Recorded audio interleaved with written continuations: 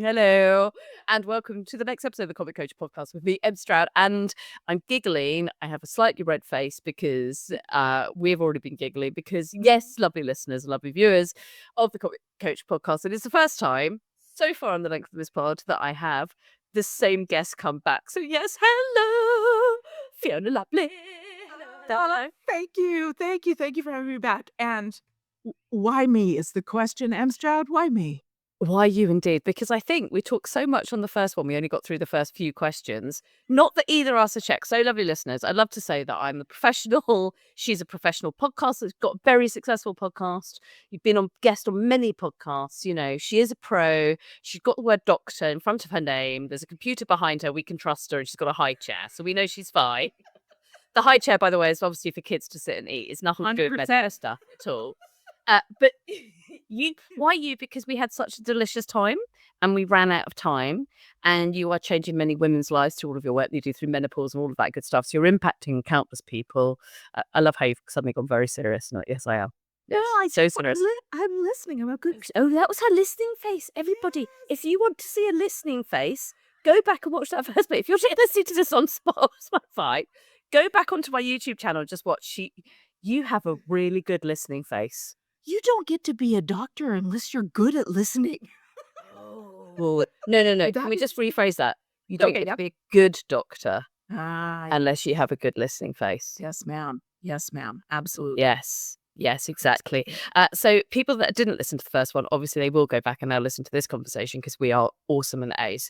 Everybody always likes to know, where in the world are you today? Yes. Calgary, Alberta, Canada. Western Canada. Oh, yes, she's in Canada. Oh, Canada, oh, Canada. And never have I felt closer to Canada than the state of the world. It's like, no kidding. Right? No kidding. By the way, the next line of our national anthem is God bless our back bacon trees. Just in case you do not know this, my American husband has coined it that. That might be my favorite thing I've ever heard. And when I was in Canada last year and I went to a Blue Jays match, right? Dear God, baseball is long. Boring. Yes, sorry. It is really boring, and I love Test match cricket. So it's like I hope it's like that. But everybody stood up for not only the Canadian anthem but the American anthem because you were playing the Boston Red Sox. It was a lot of anthems, and a lot of people were saluting. For my little British self, I was like, I don't quite know what I'm doing. And I was sitting next to some Germans, and we were all like, we're European, we don't understand this. We only bring out the anthems for internationals. And suddenly, literally everybody of your country was standing, loads were saluting. So what is this world? Interesting. Now, Canadians saluting, that's not really a thing unless they've been part of the military. But the U.S. salute, absolutely. Okay. But let's not go down the rabbit hole that is America right now, because we just don't need to. And there's political podcasts that you can go and listen to. What the fuck is going on there? That's actually that should be the name of a different podcast of what the fuck is going on there, and just literally just take the piss. So how are you, and how is your world? Are you good? Are you happy? Are you healthy? Are you well? Yes, I am. Thank you. My husband and I had a big health thing happen about 6 months ago. And it really, nothing quite like that to just snap your head back and wake you up and say, shit, we're not 25 anymore. I guess we need to figure this out. And we've been over here trying to figure out how to live well, but we also need to make sure as we get older that we're taking care of the things that will allow us to, as grim as this sounds, to die well when the time is right. Oh, completely. I don't think it sounds grim at all. And I think in the West, we don't talk about death enough. We don't talk about how do I want to die well? How do I want to prep for all of that? What are the things that I want in a funeral? What are the things that I don't want in my funeral? Yeah. How do I set myself up? So in essence, when it's my time to go, everybody that's left has an easeful time so that they can just mourn the loss of the comic coach and Em, as opposed to going, well, I don't know what music she wanted. Oh, that is exactly what I was thinking when I was driving in this morning. I'm listening to an episode of Peter Attia's podcast where he's talking to a grief counselor and a palliative care doctor. And all I could think was, "Oh my god, like, I have to get that playlist down. Like, I have to get it down. Like, this shit is not gonna go to chance. This is important stuff, right? What is gonna be played at my wake?" I've told my husband for years, the first thing you do when I croak is you call the drag queens and secure their performance, and then you get the music set up. Make sure there's a great dance floor, open bar, let's have a party. Very Irish, yeah? Right? And that is this whole thing of like, I mean, I just love the fact you were just like, yeah, get the drag queens ready to go. Oh, yeah. Yeah. Of course, because they know how to party, Yeah. they also know how to perform. And it's that thing of going, you know, it should be the celebration of life, you know, and people should be able to grieve. But how we get ourselves there, and that, you know, I don't know how well publicized in over in Canada this is. So in the UK, we've just passed a law about assisted dying for people, you know, and Mm. it's fascinating. I was chatting to a friend of mine, and we were like, you know, it's crazy. We love our animals, and we don't want them to suffer. So when appropriate, we let them go. But yet, as adults, if we did the same, you go to jail. Well, you used to go to jail over here. And so it's just this thing about, I know if, you know, if I got Alzheimer's or motor neuron disease or something else like that, I do not want to have my last 2 years on this planet or 10 years on this planet trapped in hell. Yeah. And I think there's a thing about owning that and having those kind of good conversations. And how the hell did we end up on this topic already? But listen, here's the important thing about this, is that Mm. you and I are we're open and funny people just by nature. And the fact Yeah, that you and I are having this conversation means that it's going to reach different people, right? right. And I think that's important. But, you know, that all of that aside, I think, have you heard the term Swedish death cleaning? No, but I love it already. Oh, you need to look this up, okay? So a Okay. friend of mine was telling me about this because we just, my family in the last since COVID have gone through the death of both my parents and then the ultimate cleaning out of their house and 50 years of a relationship. Oh my god, they were collectors. So I don't want someone to have that experience when it's my turn to go. I don't want my nieces to be the one that have to go. Like, how many fucking notebooks does a person need? I'm like, "Did you read the stuff inside? Because you could, like, make a book or 2, you know, or 10, right?" So, it's, the idea is that you're not leaving behind, a clutter for, the people behind you who are Oh, should be in their bereavement and now have to clean up your mess. And, it's a really interesting concept. There's some great books on it that you can find. You can just do some searching on Swedish death cleaning. It's a very direct term, and I think, as you said, in the mm, West, we do not talk about these things, and, we don't talk about it so frankly, and so I think yeah. after so my it was 6 months ago, my husband had a heart attack, totally out of the blue, complete surprise. That's not to be, Mhm. shielded about it, but just this is what happened, and then all of a sudden it was like, "Oh shit, we're not 25 anymore. Let's get this stuff sorted out." So when you ask if I'm well, the answer is yes, and I'm figuring it out anew every day, thinking about, if I've got 20 or 30 or 40 years left, God willing, 40 years left, which would put me at 90, just about 92. Um, I want those years to be uncluttered with the mental stuff that I picked up as a youngster about people pleasing and Mm, what it means to be a good girl in our society and mm. all of those things. But also, I don't want to leave a mess. I mean, I love both of them. And recently I just read a post and, you know, I'm really being conscious about my social media usage. And in essence, I'm in that space where I'm like, I will create lots of content, but I'm trying not to consume very much because actually what lands with me, I'd rather read a book because that's taken time and energy and effort and thought, right?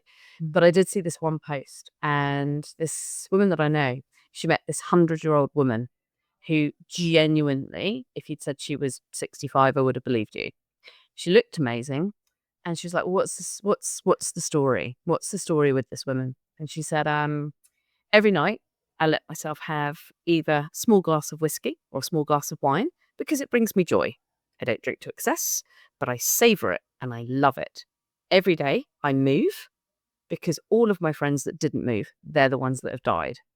And every year I learn one thing that's new and I do it all the way through the year. And this woman looks amazing. Wow. And I just thought, Oh, she also does Mhm. stretches. Mm-hmm. And as I looked at her and I read this, I was like, that is a really beautiful thing. And for me, obviously, the one thing that was missing, which she kind of says, but she doesn't say quite so explicitly, is like she plays, right? Yes. He plays. Yes. There's joy. And when you look at people that have lived their life with lots of joy and lots of play, their skin looks great. They don't look Mhm. the same, and it's like, Mhm. yeah, because that's what we can choose to do. So yeah, I think it's definitely worthwhile. And I think in order to allow people to feel their grief by getting rid of all of the shit that clutters it, Mhm. what a gift when we leave. Mhm. So yeah.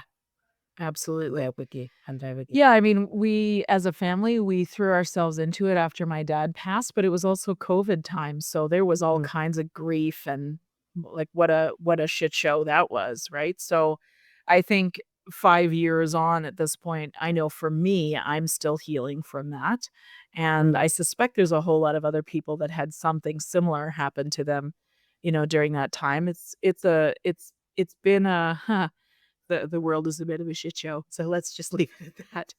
Yeah. Yeah. It's to go back to the podcast that you and I have just created. What the fuck are they doing over there? That's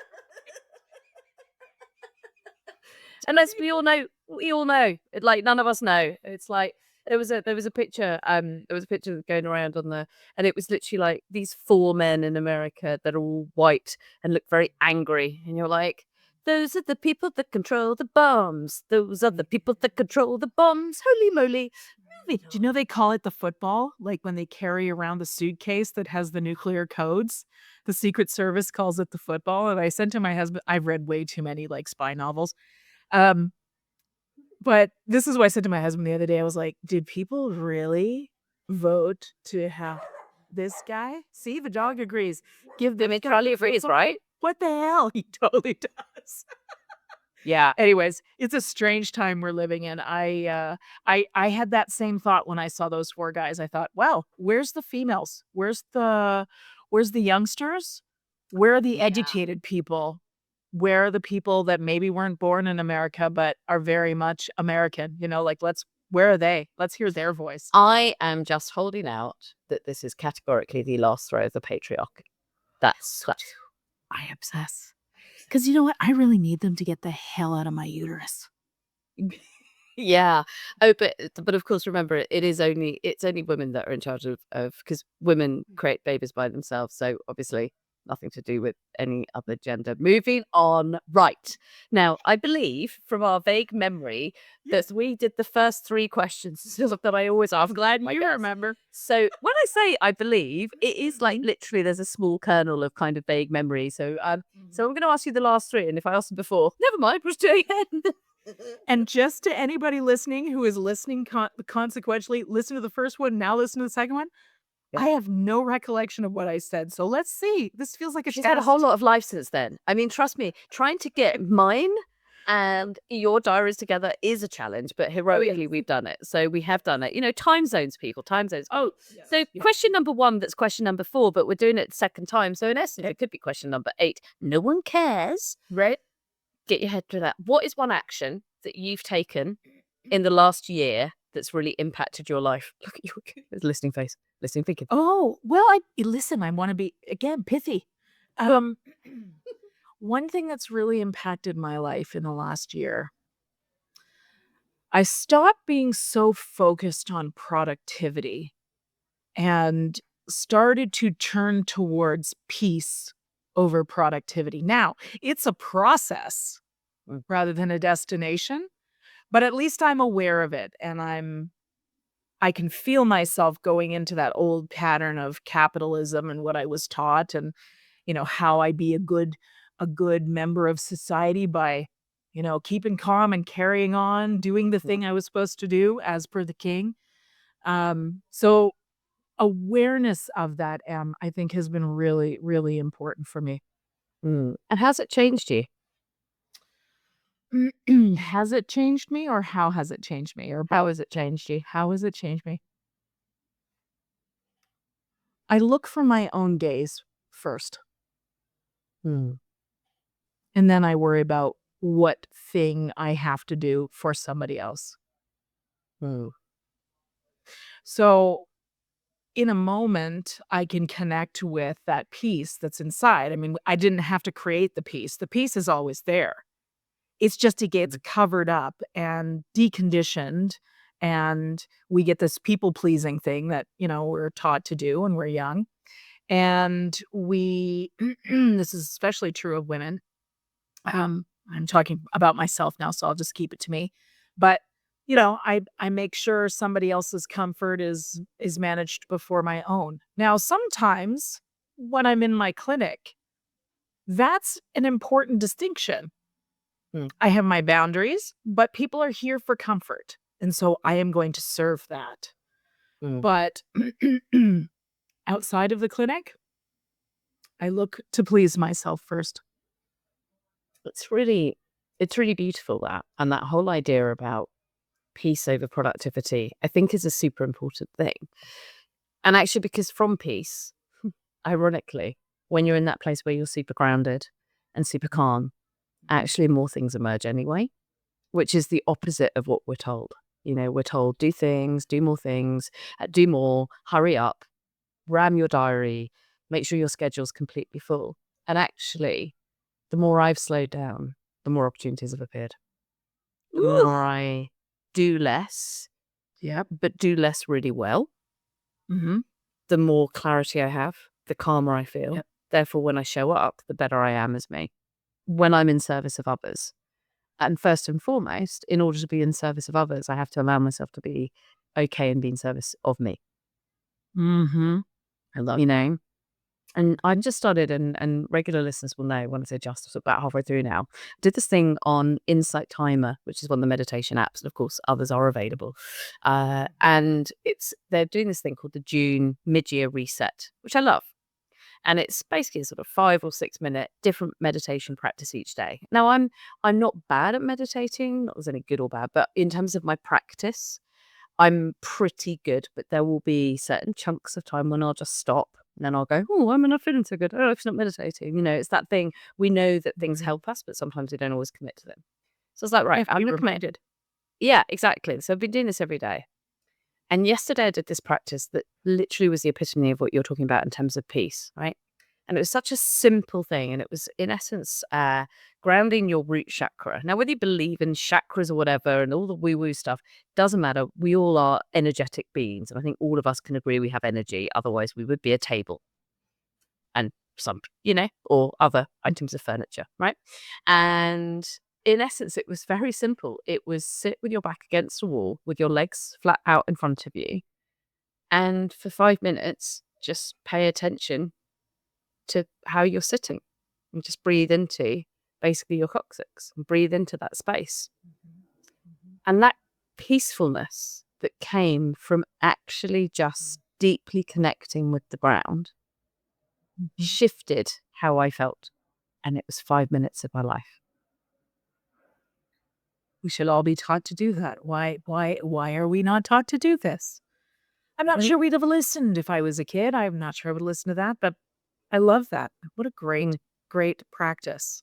But you're right. And in terms of kids, it's that thing of we all know that if we breathe and if we allow ourselves that time to do it, we're going to be in our body and less in our heads. And I've got Mhm. an amazing mate who I went to uni with, and he now works with kids before they're doing their exams, so either 16 or 18 in the UK, and he teaches them, in essence, how to breathe. And the classes that he's worked with versus the classes that haven't worked with, their anxiety levels have gone down. They feel happier, they feel less stressed. And if you want to talk about results, they've all gone up, those that meditate. Wow. Why are It's we not taught important. that? It is. Absolutely. Absolutely. At some point, I think, I know this was true for me as a young adult. I was looking for a way to manage stress, and I think I blame my birth time. I was born in '73, and so my mom did yoga all the way through her pregnancy with me, and then it was a mom and taught yoga situation for a while, and so I think there was just a really old part of my nervous system that went, "Well, just go do yoga," and that's what I did, and along with that came a meditation practice, and so I know that deep connection to the earth that you're talking about. We do that through the root chakra. And it does need to be taught.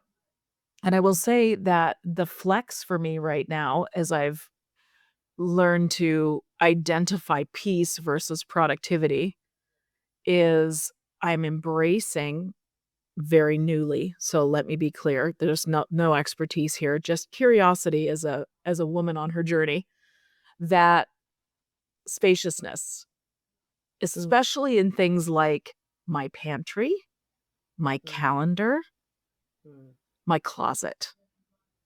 The places where I have collected things because it makes me feel useful. And I have interpreted that, my nervous system has interpreted that as this is what good human beings do. So interesting, isn't it?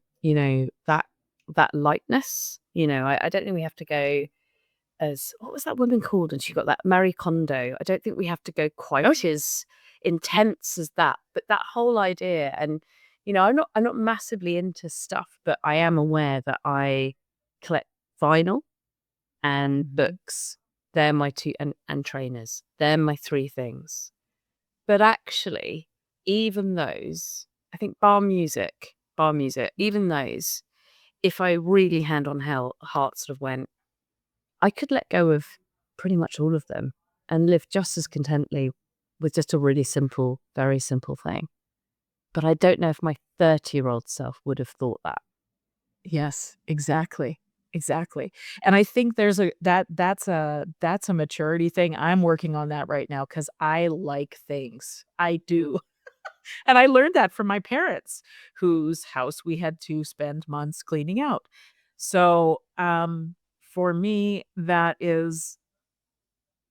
feels like something I want to do to age well, is to clear the clutter and, get really, because, I think part of what happens, Em, is that I've had patients tell me this. This might be true for me too, but I've had my patients say this to me more than once. And so it's something like, if I have free time, that I have to think about all of the messed up things I saw as a kid, all the traumatic things I've been through in my life.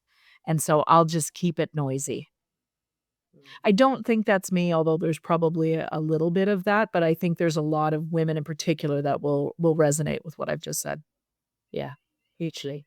That leads beautifully. It's like we thought about it. On to my next question. Question number, Yes, what would be 5, but it might be 10. So how do you take care of you? Mm. Breath number 1. So if I am in a space where I feel dysregulated, I feel I'm trying to pick a different word for someone that might not know what dysregulated is. When I feel like I am in the weeds, Mm.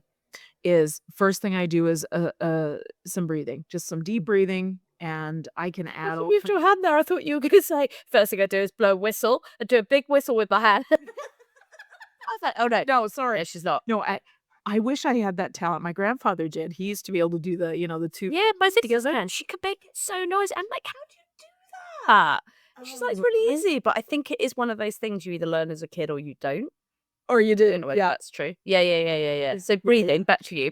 Yes. So, yes, thank you. Breathing, great. And I can add all kinds of pieces in there. I can breathe the chakras. I can breathe through the heart. I can exhale longer than I inhale. It just depends on what I'm feeling. And I've got all those things.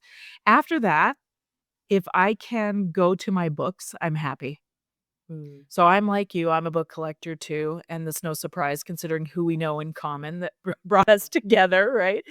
But a book will always make me happy. And actually, something you asked me earlier today about, I can't even remember when we were talking about it. I just recently bought myself an e-reader because I typically read my books on my iPad, but I'm so distracted. I'm like an ADHD kid. I'm like, oh my God, what's happening on Instagram? What's the weather doing? Let's check the news. Maybe someone sent me an email. Like, no. And it was for a long time, the days of just disappearing into the paper of a book. Wow. no device anywhere nearby, unfortunately, are sort of gone. Sometimes I can capture that for a few minutes, but not the same way anymore. Maybe because I run businesses, I don't know. But so I bought myself an e-reader and I'm loving it because there is nothing else on that device except my bookie wookies. And Mm. so if Fiona can climb into a chair and shut out the world and just enjoy my bookie wookies, I'm good. Now, I remember saying this to you the first time we talked. If I'm really in a spot where I feel stuck, I move my body. Mm. So I don't try to over cerebrate because cerebration is what got me here in the first place. It's not going to solve the problem. I'm going to move my feet. And I love to go out for an hour walk. Moving your feet, nature walk Yep. is very good. And because I record this live, obviously Charlie agrees because Charlie's like, yeah, why have I not gone for a walk? So sorry, lovely listeners, if you had Charlie barking, sorry, not sorry. This is how the world Should I have said is. WALK? Should I have said? No, because I mean, I've got through headphones. He just knows. Oh, right. Okay. Yeah. He's like, I'm lying down, but I know you've mentioned my favorite thing in the world to do. And you're right. And it seems so, I think for so many people, the idea that, oh, just breathe a bit differently or immerse yourself in a book or go for a walk could really change how we feel. But all the science is there that if we breathe and if we dance, we will feel different. It does do cool stuff chemically to our body, but yet again, we're not taught it. And I was doing a speaking gig last week, and and I got everybody to breathe, and it was like I had given people a magic pill or $1 million because people were like, "Oh, I feel different," and it still shocks me that that is not so widely known. And these were all smart, brilliant individuals who were like, oh, what if I breathe before I go into a meeting? I might feel better. Yeah, Mm-hmm. Mm-hmm. yeah. If you breathe while you go for a walk and you don't take your phone with you and you just go for a walk and you pay attention, I'll feel better. Yeah. Yep. Yep. Scary, isn't it? Really scary. Yes. Yeah, and that brings up an important point. When I go out for a walk, I'm not listening to anything. My phone is in my pocket in case I need it, as in I come across somebody laying bleeding on the pathway. Otherwise, I don't have anything. I want to hear nature. I want to hear the real Twitter, you know? Mm-hmm. Yeah. And it's Definitely. interesting because one of my new things or newer things in the last probably year, 18 months is I am consciously not taking my phone with me Mhm. because something, again, my fabulous missus, she's very much shared and shown me the light of don't always need your phone. Because I think we've become so convinced that, but just in case, and I've got a son, I've got, and it's that thing of, but if he's in another part of the country or if he's somewhere that's an hour and a half away, with this whole immediacy, it's like, actually, I need to let go of that because what we're doing by having our phones always with us is that we're always in this perpetual, it might go, I might read. And the difference I feel for leaving my phone, and the first few times I did it, I was twitchy as hell. I was like, "I can't believe I've left my phone at home," because what happens if nothing happened? Mm. But we've been so, "Oh, but what in case if I see something and I can't," it's like, you know what? The world did exist quite successfully before mobile phones. Mhm. Mhm. Do you know something? I just realized that I unpacked my bag when I got here, Mm. and I left my phone in my bag. Ooh. I was just looking for my phone. Clearly, someone knew we were gonna talk about this today. Yeah. So I'm not panicking. This is interesting, Em, because I'm going to take this on as a challenge. I'm going to go out for a walk without my phone.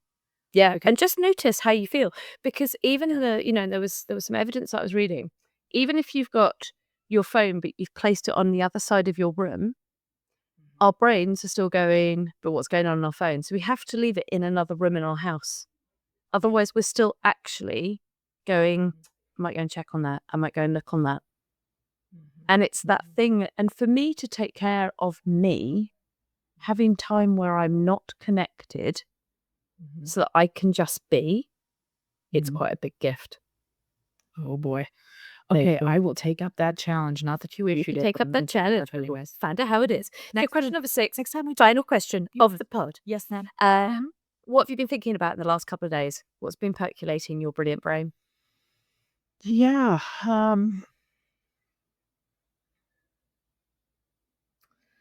A couple of things. First of all, I can see that, and this is an invitation to the listener to do the same for themselves. I can see that the economy is changing rapidly in front of us. And the days of having a job for 50 years and then retiring with a gold watch, long gone. And that was my parents' generation. I think probably the last generation that had that. I've been thinking a lot about being my own economy and not relying on the